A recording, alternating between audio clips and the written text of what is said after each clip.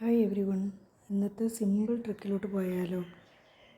1+2+3 etcetera 10 വരെ add ചെയ്യുമ്പോൾ അതിൻ്റെ സമ്മ് എങ്ങനെയാണ് നമ്മൾ കണ്ടുപിടിക്കുന്നത്. 100 വരെ ആഡ് ചെയ്യുമ്പോൾ ദെൻ 1000 വരെ, അതായത് കണ്ടിന്യൂസ് ആയിട്ടുള്ള നാച്ചുറൽ നമ്പേഴ്സിനെ സം എടുക്കുമ്പോൾ എങ്ങനെയാണ് അവയുടെ സം കാണുന്ന മെത്തേഡ്. അപ്പോൾ n B the last number, അതായത് നമ്മുടെ തന്നിട്ടുള്ള സീരീസിൽ കൺസിക്യൂട്ടീവ് ആയിട്ടുള്ള നാച്ചുറൽ നമ്പേഴ്സിൽ ലാസ്റ്റ് നമ്പർ എത്രയാണോ അതാണ് നമ്മൾ നോക്കേണ്ടത് ആദ്യം.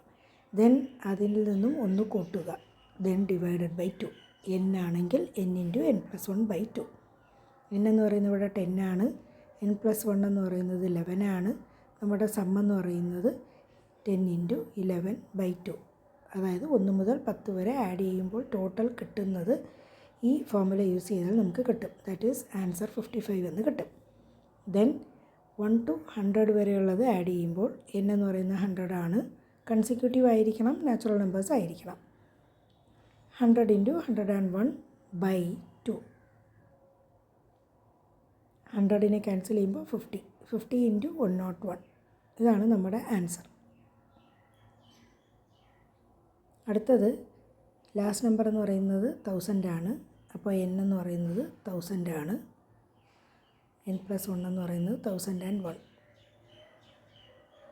എഗെയിൻ ഫോർമുല എന്ന് പറയുന്നത് 1000 × 1001/2. ക്യാൻസൽ ചെയ്യുമ്പോൾ 500 × 1001.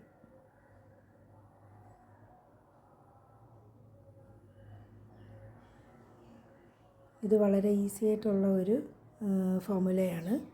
കുഞ്ഞു ക്ലാസ്സിൽ പഠിക്കുന്ന ഫോർമുലയാണ്. ഇതൊക്കെ നമുക്ക് ബാങ്ക് ടെസ്റ്റ് അതുപോലത്തെ ഉള്ള കോമ്പറ്റേറ്റീവ് എക്സാംസിനൊക്കെ നമുക്ക് യൂസ്ഫുൾ ആയിട്ടുള്ള ഒരു ഫോർമുലയാണ്.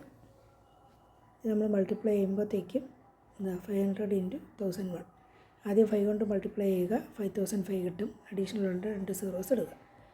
ഓക്കെ, ഈ ട്രിക്ക് ഇഷ്ടപ്പെട്ടവർ സപ്പോർട്ട് ചെയ്യുക, സബ്സ്ക്രൈബ് ചെയ്യുക. Thank you.